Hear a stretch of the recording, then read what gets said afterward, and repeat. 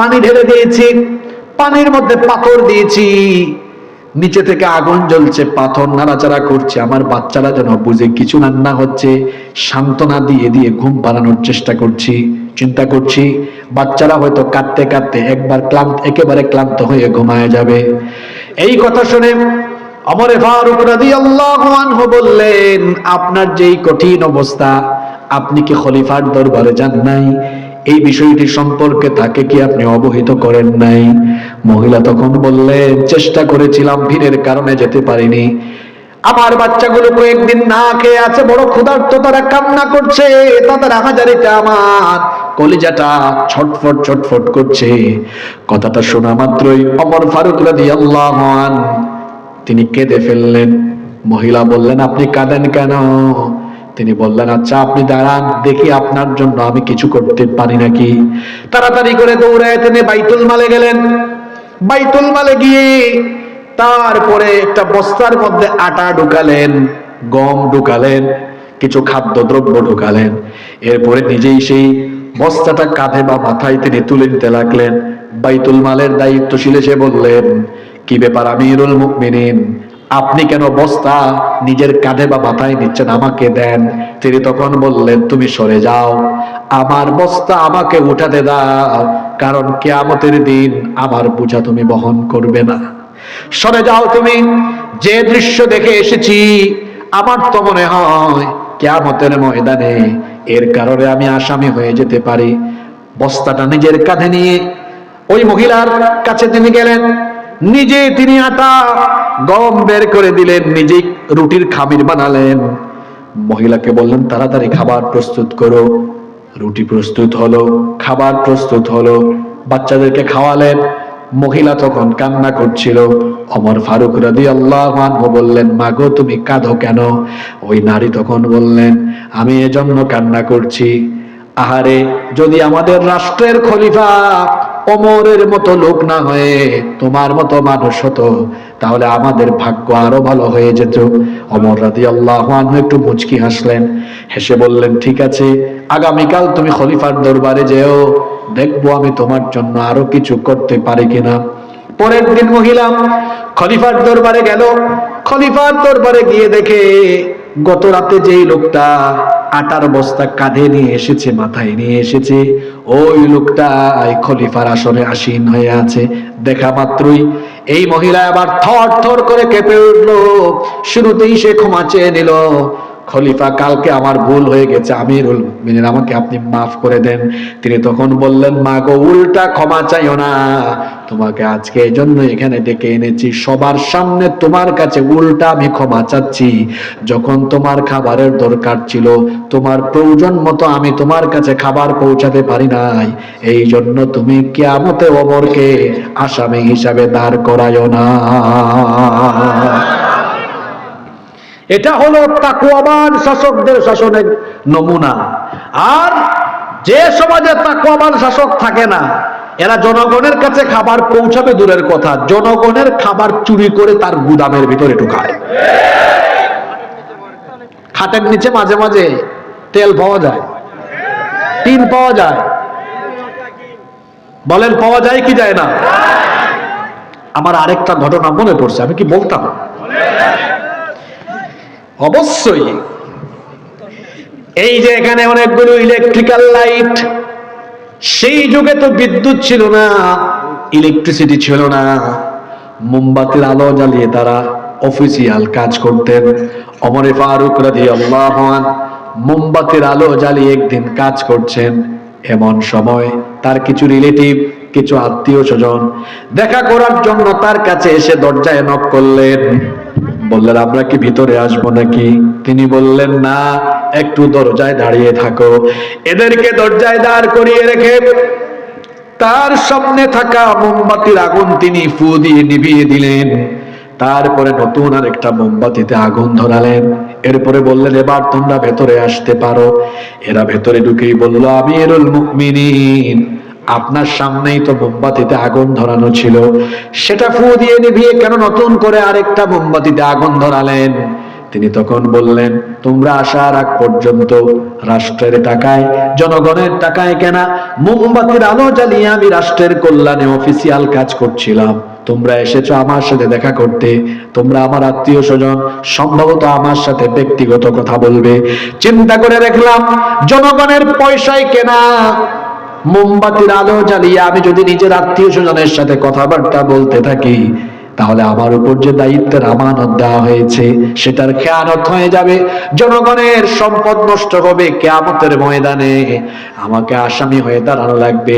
এই ভয়টা আমার অন্তরে কাজ করার ফলে আমি তোমাদেরকে দরজায় দাঁড় করিয়ে রেখে জনগণের পয়সায় কেনা মোমবাতির আগুন ফু দিয়ে নিভিয়ে আমার নিজের টাকায় কেনা মোমবাতির আলো জ্বালিয়ে তোমাদেরকে ঘরে ডেকে এনেছি। এরকম শাসক, এই শাসনের নমুনা পাওয়া যায় কখন? যখন তাকওয়াবান শাসকেরা সমাজ আর রাষ্ট্রকে নেতৃত্ব দেয়। আমার দেশে, আমার সমাজে এই শূন্যতা আমরা অনুভব করছি। দেখা যায় প্রকৃতপক্ষে সৎ চরিত্রবান মানুষগুলোর পরিবর্তে কুখ্যাত চোর, ডাকাত, সন্ত্রাস, চাঁদাবাজরা নেতৃত্ব দেয় বলে জাতির কল্যাণ হয় না। এই জায়গা থেকে বের হয়ে আসতে হলে এই জাতির ড্রাইভিং সিটে তাকওয়াবান মানুষকে বসাতে হবে। খালি ঠিক বললে হবে না, কাম করে দেখাই দিতে হবে আপনাদেরকে। ইনশাআল্লাহ আমাদের দেশে হবে সেই ছেলে কবে কথায় না বড় হয়ে, কথা বলবো কম, কাম করব বেশি, কাম করব আমরা বেশি, কাম করব ইনশাআল্লাহ, বেশি বেশি কাম করব। রাজি আছেন তো? কথা কম হবে, কাম হবে বেশি ইনশাআল্লাহ। আল্লাহ সবাইকে কবুল করেন। আপনাদের কষ্ট হয়ে যাচ্ছে নাকি? আমি তাকওয়ার 4টা কথা বলে আজকে শেষ করব। একটা তো বললাম আল্লাহকে কি করা, জোরে বলেন আল্লাহকে কি করা। তাকওয়ার 2 নম্বর অর্থ, বাকিগুলা কিন্তু একটু জটিল হবে, লোড নিতে পারবেন তো? কালকে আবার কমিটিকে বলিয়েন না, হুজুর ভালোই ওয়াজ করছিল প্রথমে, পরে রাজনীতি শুরু করলো কেন? এই হুজুর বলেন গো,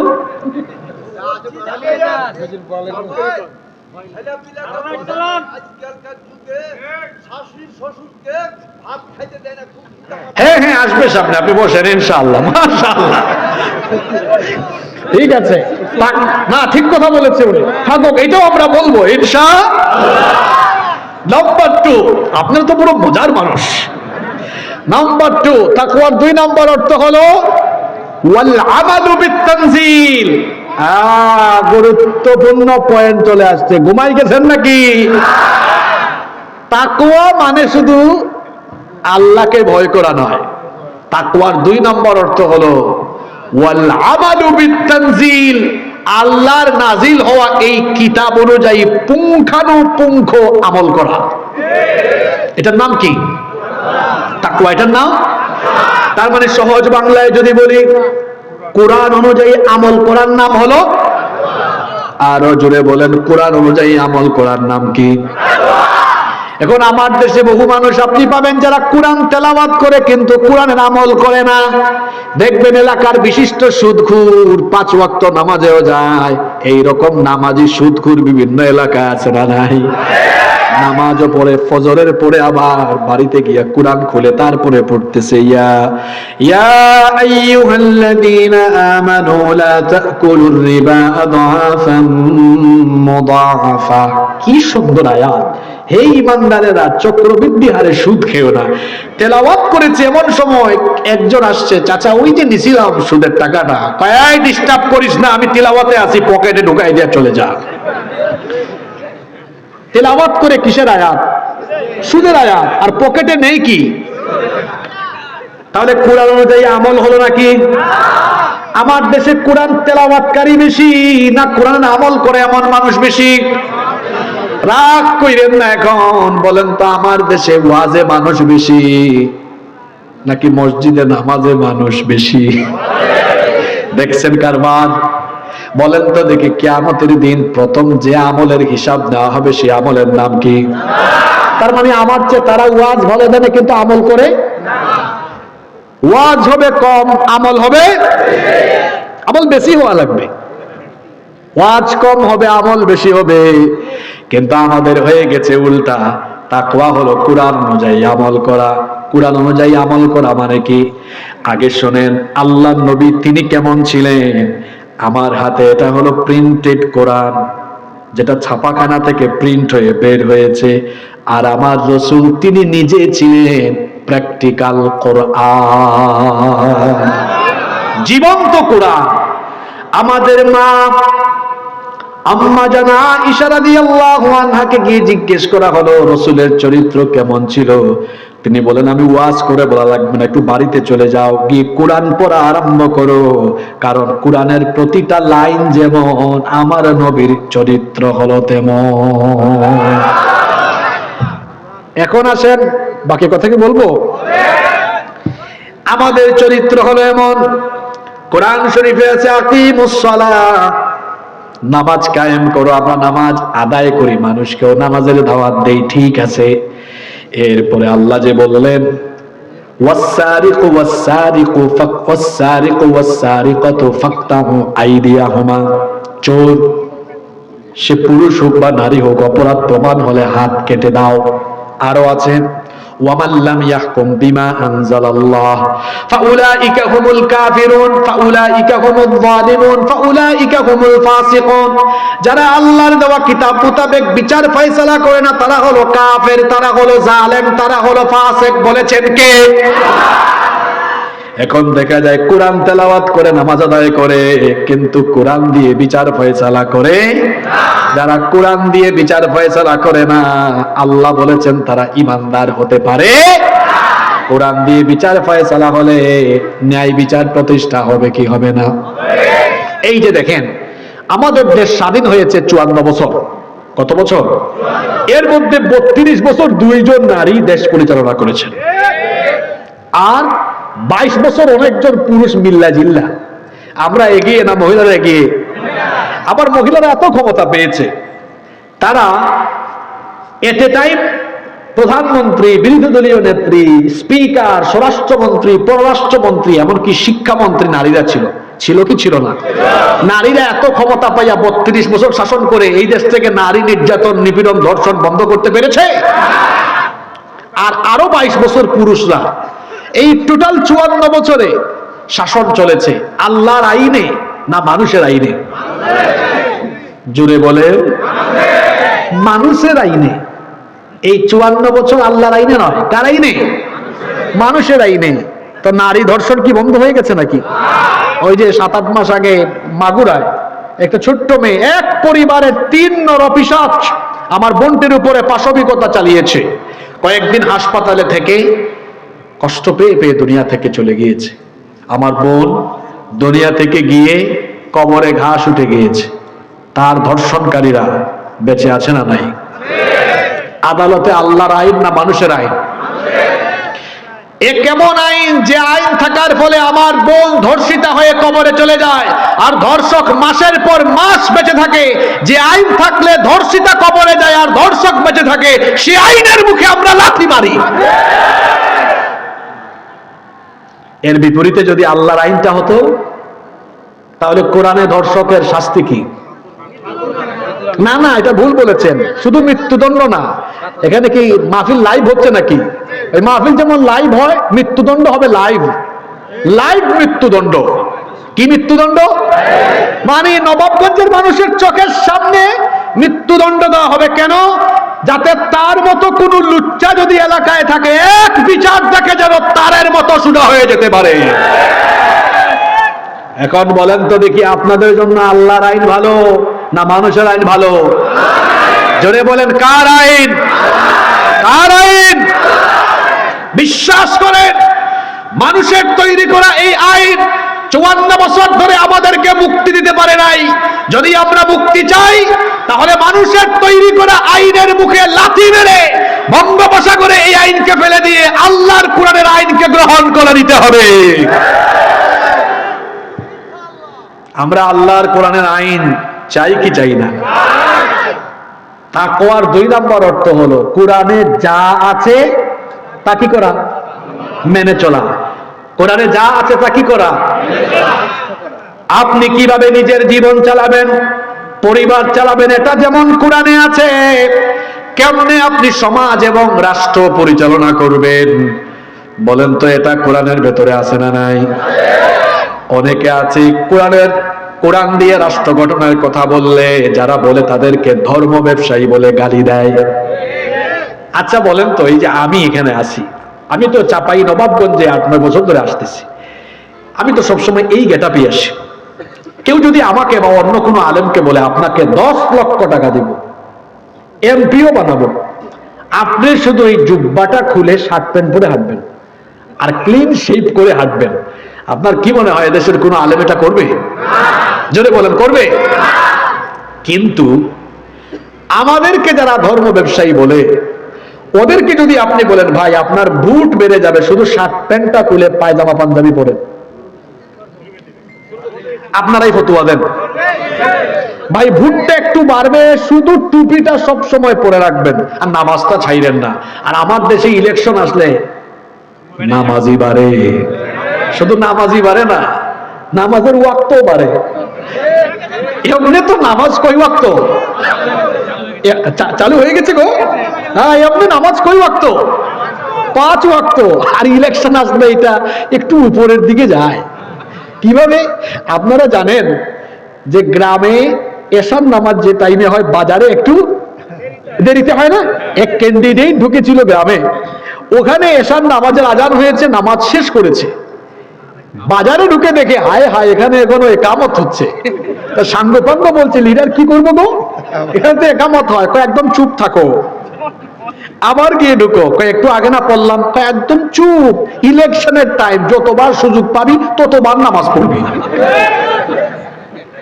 আপনাদেরকে হাসানোর জন্য বলি নাই, এটা আছে না নাই? আমি কোন পয়েন্টে ছিলাম মনে রাখবেন।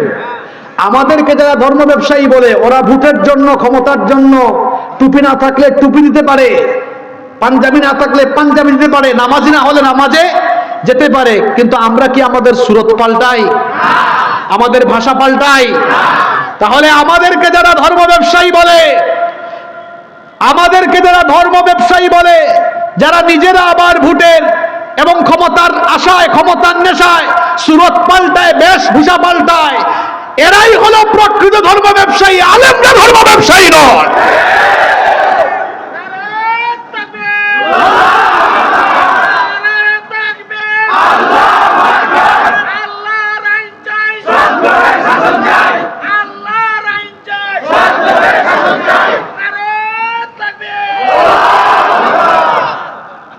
কোরআন অনুযায়ী চলা মানে হলো তাকওয়া। কোরআন যেমন আমরা চলবো তেমন। আল্লাহ নবী 10 বছর কোরআন দিয়ে রাষ্ট্র পরিচালনা করেছে। এখন অনেকে বলে ইসলামে নাকি রাজনীতি নাই। কি নাই?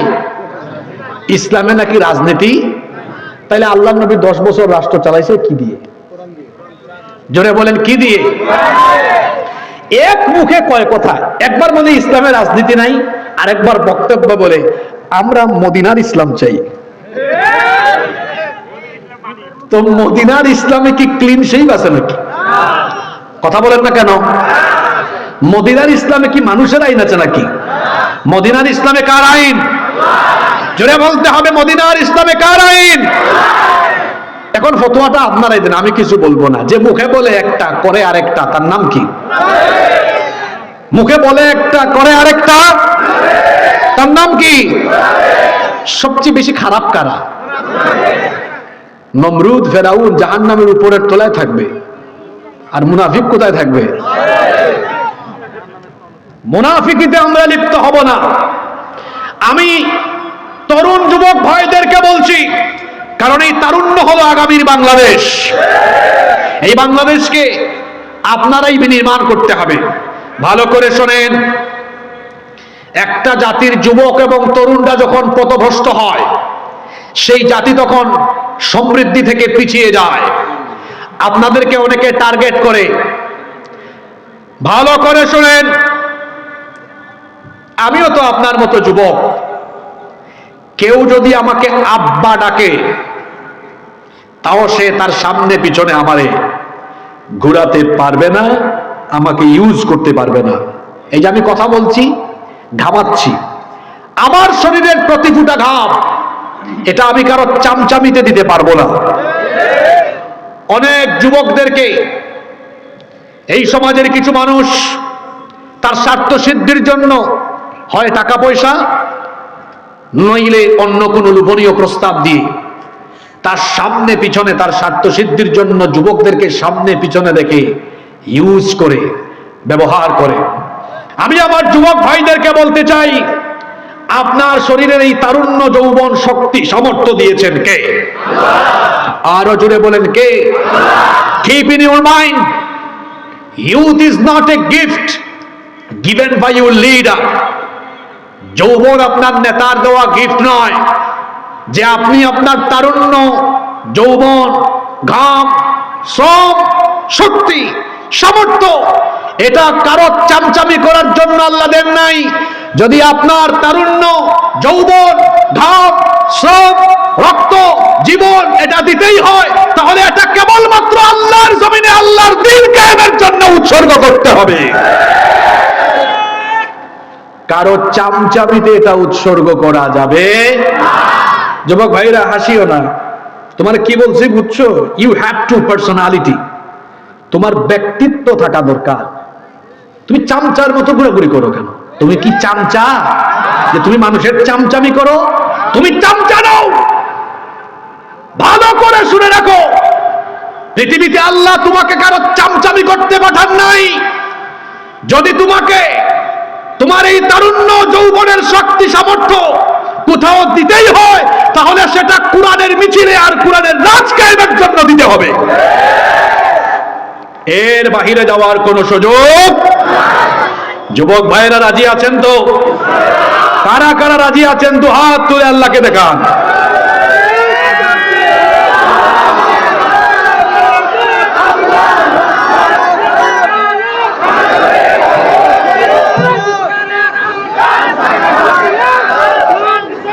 ঠিক আছে, হাতগুলো নামান।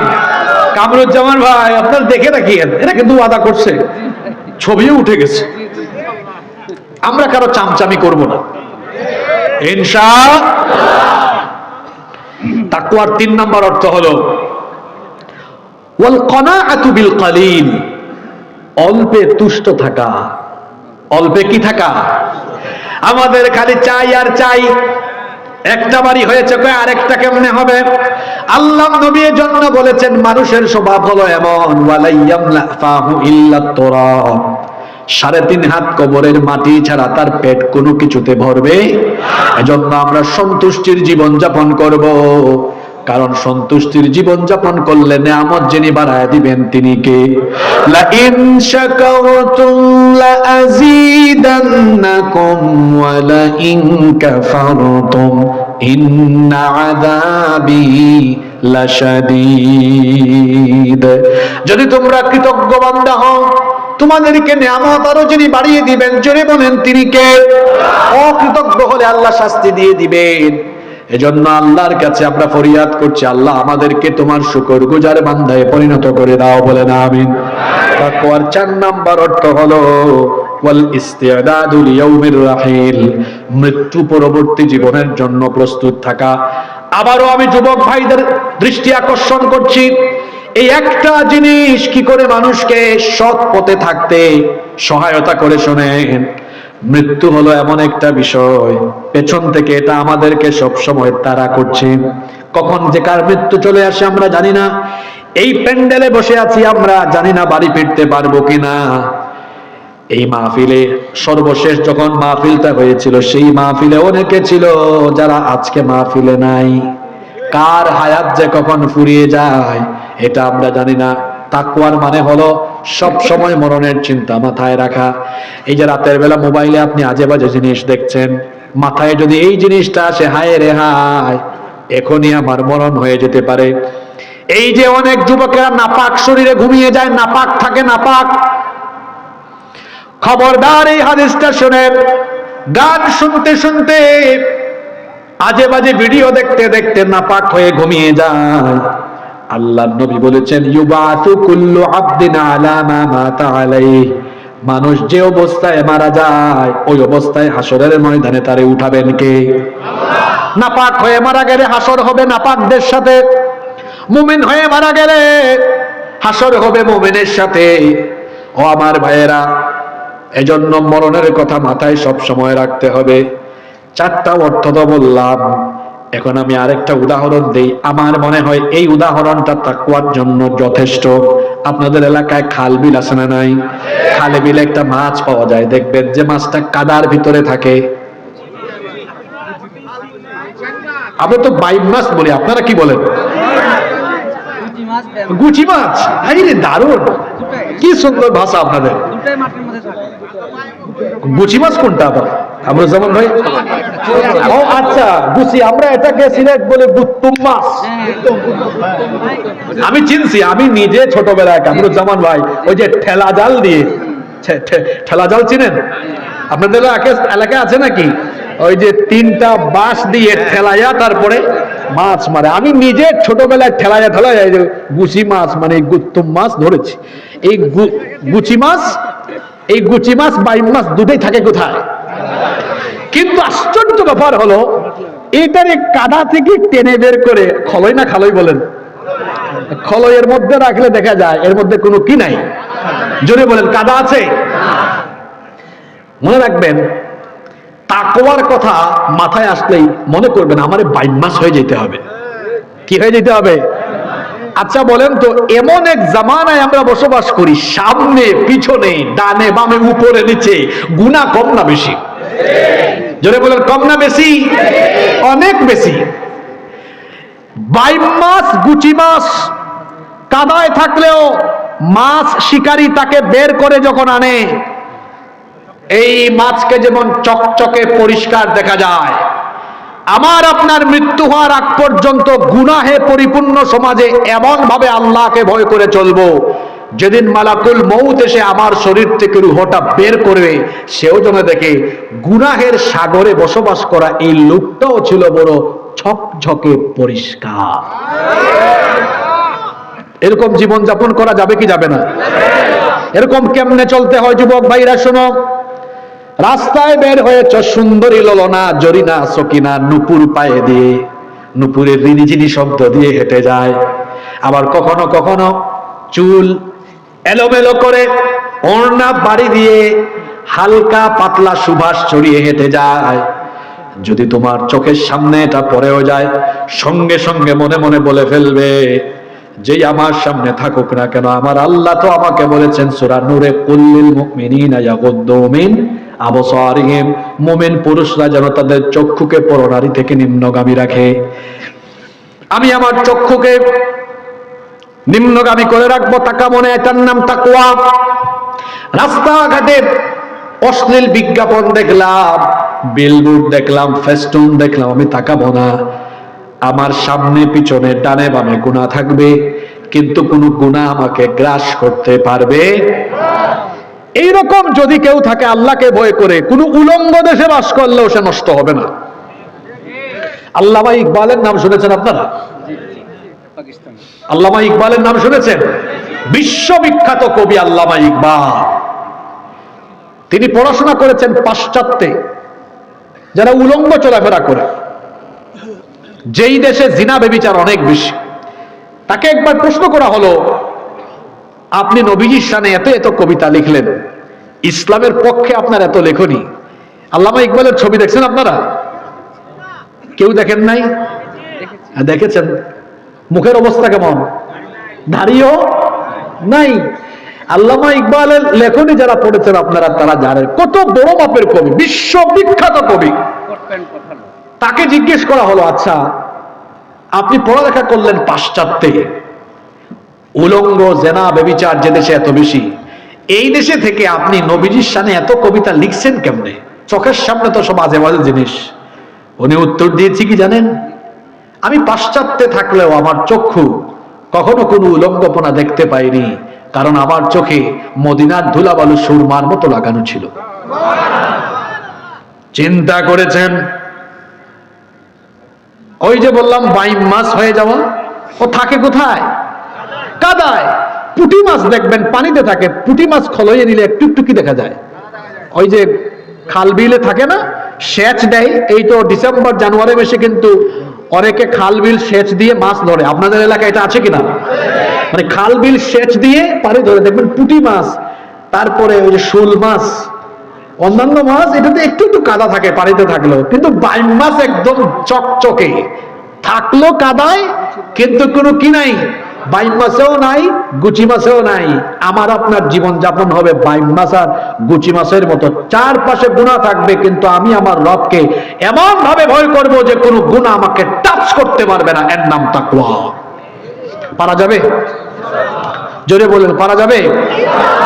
অনেক সময় আপনাদের নিয়ে ফেলছি, যদি আপনারা আমাকে 4-5 মিনিট সময় দেন তাহলে আমি এই তাকওয়া অর্জন করলে আমাদের ফায়দা কি হবে এটা বলে আমরা শেষের দিকে যাব। আপনাকে 5-7 মিনিট সময় দিবেন আমাকে? কি গো সবাই বলেন না কেন, সময় দিবেন? এখন আছেন, যদি এই গুণে আমরা গুণান্বিত হয়ে যাই কি কি ফায়দা হবে? 1 নাম্বার ফায়দা হলো, এই গুণ যারা অর্জন করবে আমল নামায় যত গুনাহ আছে সকল গুনাহ আল্লাহ ধুয়ে মুছে সাফ করে দিয়ে আল্লাহ তার জান্নাত আমাদেরকে দিয়ে দিবেন। কোরআনে কারীমের 8 নম্বর সূরা সূরাতুল আনফালের 29 নম্বর আয়াতে রব্বুল আলামিন বলছেন, ইয়া আইয়ুহাল্লাযীনা আমানু ইন তাত্তাকুল্লাহা ইয়াজআল লাকুম ফুরকানা ওয়া ইউকাফির আনকুম সাইয়্যাতিকুম ওয়া ইয়াগফির লাকুম ওয়াল্লাহু যুল ফাদলিল আযীম। হে ঈমানদারেরা, যদি তোমরা আল্লাহকে ভয় করো তিনি তোমাদেরকে ফুরকান দিবেন, অর্থাৎ সত্য মিথ্যার মধ্যে পার্থক্য নিরূপণকারী মানদণ্ড দিয়ে দিবেন এবং তোমাদের সকল গুনাহ সমূহ আমলনামা থেকে মাফ তিনি করে দিবেন। সুবহানাল্লাহ পড়বেন না? 2 নম্বর ফায়দা হলো, আল্লাহ তাআলা বলেছেন, আলা ইন্না আউলিয়া আল্লাহি লা খাউফুন আলাইহিম ওয়া লা হুম ইয়াহজানুন। আল্লাহর ওলি যারা তাদের জন্য দুনিয়া আখিরাতে কোনো ভয় নাই। আমার দেশে মানুষ মনে করে আল্লাহর ওলি হইতে গেলে মাজার লাগে, খানকা লাগে, আর আল্লাহ বলেছেন আল্লাযীনা আমানু ওয়া কানু ইয়াত্তাকুন, ঈমানদার হয়ে আল্লাহকে ভয় করবে যারা, আল্লাহর ওলি হয়ে যাবে তারা। তাহলে আল্লাহর ওলি হওয়ার জন্য অন্তরের মধ্যে কি থাকা লাগবে? আরো জোরে বলেন, কি থাকা লাগবে? 3 নাম্বার, তাকওয়াবান হবে যারা আল্লাহ তাদের ব্যাপারে ওয়াদা করে বলেছেন, মাসালুল জান্নাতিল্লাতী ওয়িদাল মুত্তাকুন, মুত্তাকিদের জন্য জান্নাতের ওয়াদা করা হয়েছে। 4 নম্বর হলো, যারা তাকওয়ার পথ অবলম্বন করবে এদের জীবনে যত বিপদ আপদ আছে সকল বিপদ আপদ দূর করে দিয়ে তার নিরাপত্তার দায়িত্ব যিনি নিয়ে নিবেন তিনি কে? এজন্য কোরআনে কারীমের 65 নম্বর সূরা সূরাতুত তালাকের 2 নম্বর আয়াতে আল্লাহ বলছেন, ওয়া মান ইয়াত্তাকিল্লাহা ইয়াজআল লাহু মাখরাজা, আর যারা আল্লাহকে ভয় করে আল্লাহ তাদের সকল বিপদ আপদ দূর করে দেন। 5 নম্বর হলো, যারা আল্লাহকে ভয় করে আল্লাহ তাদেরকে ধারণাতীত কল্পনাতীত জায়গা থেকে রিজিকের ব্যবস্থা করে দিবেন। ওয়া মিন হাইথু রাযাকাহু লা ইয়াহতাসিবু ওয়া মান ইয়াতাওয়াক্কাল আলাল্লাহি ফাহুয়া হাসবুহু ইন্নাল্লাহা বালিগু আমরিহি ক্বাদ জাআলাল্লাহু লিকুল্লি শাইইন কদরা। আল্লাহ বলছেন, যারা আল্লাহকে ভয় করে চলবে তাদের রিজিকের ব্যবস্থা কল্পনাতীত জায়গা থেকে যিনি করে দিবেন। জোরে বলেন তো তিনি কে? যে গুণটা থাকলে পড়ে দুনিয়া এবং আখিরাতে সফল হওয়া যায়, সেই গুণটার নাম কি? যাদের হৃদয়ে আছে আল্লাহর ভয়, তারা কভু পথ ভুলে যায় না। আল্লাহর প্রেম ছাড়াই দুনিয়ায় কারো কাছে কোনো কিছু চায় না, কারো কাছে কোনো কিছু চায় না। রাতের আধারে যারা সিজদাতে রয়, দু চোখের অশ্রুতে নদী যেন বয়। ছলনার হাত ছানি যত আসুক, পেছনে ফিরেও তাকায় না, পেছনে ফিরেও তাকায় না। যাদের হৃদয়ে আছে আল্লাহর ভয়, তারা কভু পথ ভুলে যায় না। আল্লাহর প্রেম ছাড়াই দুনিয়ায় কারো কাছে কোনো কিছু চায় না। আচ্ছা, যে নারীর অন্তরে আল্লাহর ভয় আছে, ওই নারী কি বেপরদা ঘর থেকে বের হতে পারে? যার অন্তরে আল্লাহর ভয় আছে, সে কি কখনো তার আব্বা আম্মাকে কষ্ট দিতে পারে? যার অন্তরে আল্লাহর ভয় আছে, সে কি কখনো সুদ ঘুষ বা হারাম পথে উপার্জন করতে পারে? যার অন্তরে আল্লাহর ভয় আছে, সে কি কখনো অন্যায় করতে পারে? যার অন্তরে আল্লাহর ভয় আছে, সে কি কখনো কোনো পাপের সাথে সম্পর্ক রাখতে পারে? আমাদের অন্তরে রাখবো কার ভয়? কুয়াশাচ্ছন্ন রাতে, তমসাচ্ছন্ন নিকষ অন্ধকারে আমরা যা করি, আমরা যা বলি, সব জিনিস শুনেন এবং দেখেন তিনি কে। আসলে এই ভয়টা অন্তরে নিয়ে যাই। এই ভয়টা যদি অন্তরে থাকে, বিশ্বাস করেন আপনি আল্লাহর ওলি হয়ে যাবেন, আর কোনো ওয়াজই লাগবে না। যার অন্তরে আল্লাহর ভয় আছে, এই লোক কি নামাজ ছাড়ে? যদি বলেন এই লোক নামাজ ছাড়ে, কারণ ও তো জানে আমি আল্লাহর সামনে দাঁড়ালেই প্রথম হিসাবটা কিসের। এজন্য আসুন তাকওয়ার গুণে গুণান্বিত হই।